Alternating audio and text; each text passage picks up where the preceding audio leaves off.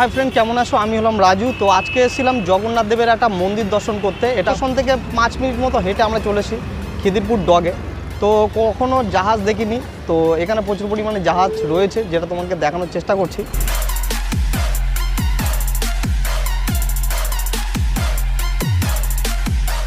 তো মোটামুটি এটা হলো খিদিরপুর ডক, খিদিরপুর বন্দর। পশ্চিমবঙ্গ নয়, সারা ভারতের মধ্যে এটাই একখানা বন্দর, যেটা কিন্তু নদীর পাড়ে গড়ে উঠেছে। আর সব বন্দর কিন্তু রয়েছে সমুদ্রের পাড়ে।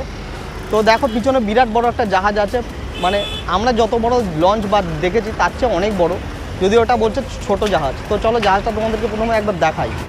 তো জাহাজটা দেখো বেশ ভালোই বড়, মানে আমরা সাধারণত যে লঞ্চ দেখি তার চেয়ে অন্তত অনেকটাই বড়।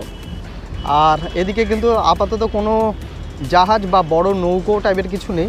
আমার অপোজিট সাইডে যদিও কখনো জাহাজ দেখতে পাচ্ছি, সেগুলো এখন তোমাদেরকে দেখাবো।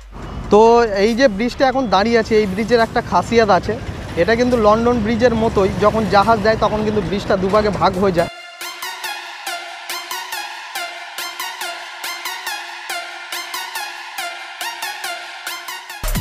একদম দেখাচ্ছি তোমাদেরকে একদম কাছে গিয়ে। তো দেখো ব্রিজটা কিন্তু এই মুহূর্তে নড়ছে, খুবই নড়ছে। আর এই যে মাঝখান থেকে ভাগ করা রয়েছে, এটা কিন্তু দুভাগে ভাগ হয়ে যায়। তারপর দুভাগে ভাগ হয়ে গিয়ে এই মানে ছোট যে খাল টাইপের ক্যানেল আছে, এখান থেকে কিন্তু জাহাজ এপারে যায়। তো এই মুহূর্তে চলে এসেছি ওই ব্রিজের অপর একখানা প্রান্ত, যেখানে রয়েছে কিন্তু প্রচুর পরিমাণে মানে ডকের যে জিনিসপত্রগুলো ইউজ করা হয় সেগুলো রয়েছে। আর একটা বড় জাহাজও রয়েছে, সেগুলো এখন তোমাদের দেখাচ্ছি, দেখলে অবশ্যই খুব ভালো লাগবে। তো দেখতে পাচ্ছ একটা ছোট জাহাজ টাইপের দাঁড়িয়ে আছে।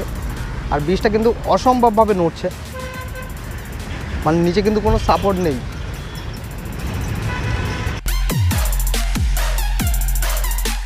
তো দেখো এই সুন্দর ওয়েদারে কত সুন্দর লাগছে জলটাকে, আর চারপাশের এই ডকের পরিবেশটা করতে কিন্তু দারুণ লাগছে।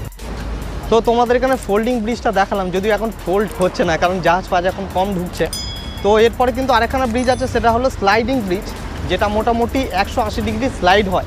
একটা প্রচণ্ড বড় ব্রিজ, সেটা কিন্তু স্লাইড হয়ে মাঝখান থেকে নদী পথ করে দেয়। তো সেই ব্রিজটার দিকে এখন হেঁটে হেঁটে যাচ্ছি।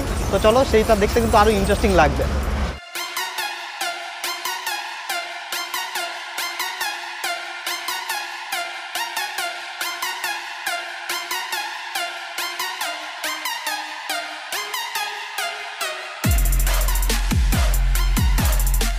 তো স্লাইড ব্রিজ থেকে মোটামুটি 15 মিনিট মতো হেঁটে আমরা এখন চলেছি সুইং ব্রিজ। তো এই ব্রিজটা কিন্তু দারুণ দেখতে। তোমাকে ব্রিজের সুইং ব্রিজ কেন নাম হয়েছে আর কীভাবে এই ব্রিজটা কোথায় কীভাবে ঘোরে সবগুলো দেখাচ্ছি। তো ভিডিওটা ফুল দেখতে থাকো।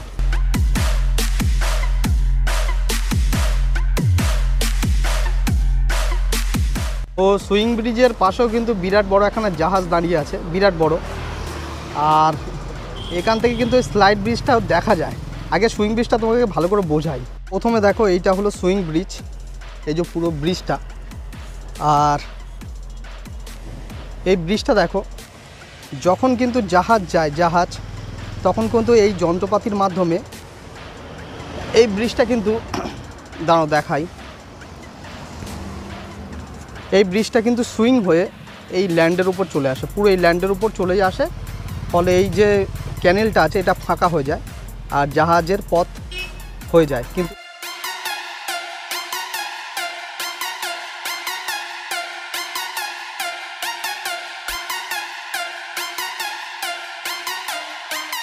তো ওই হলো ওই স্লাইড ব্রিজ, যেখান থেকে আমরা হেঁটে হেঁটে এসেছি। আর এটা চলে এসেছি যেখানে, সেটা হলো সুইং ব্রিজ।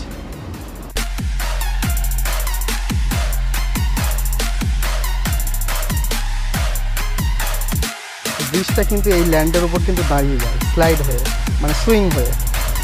দারুণ কিন্তু জায়গাটা। তো তোমাদেরকে দেখালাম সুইং ব্রিজ আর স্লাইড ব্রিজ, তো কেমন লাগলো অবশ্যই বলো। সত্যি এই সুইং ব্রিজ আর স্লাইড ব্রিজ কিন্তু শুধুমাত্র লন্ডনে আছে, তাই দিদি কিন্তু এমনি এমনি বলেনি যে কলকাতাটাকে লন্ডন করবে, কারণ লন্ডনে কিছু কাঠামো আগে থেকে কিন্তু হয়েছিল।